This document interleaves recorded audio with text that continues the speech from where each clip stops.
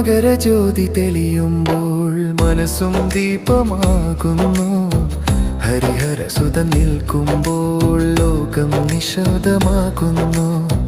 വാക്കുകൾ മുട്ടുന്ന നിമിഷം നിന്റെ മുഖം മാത്രം.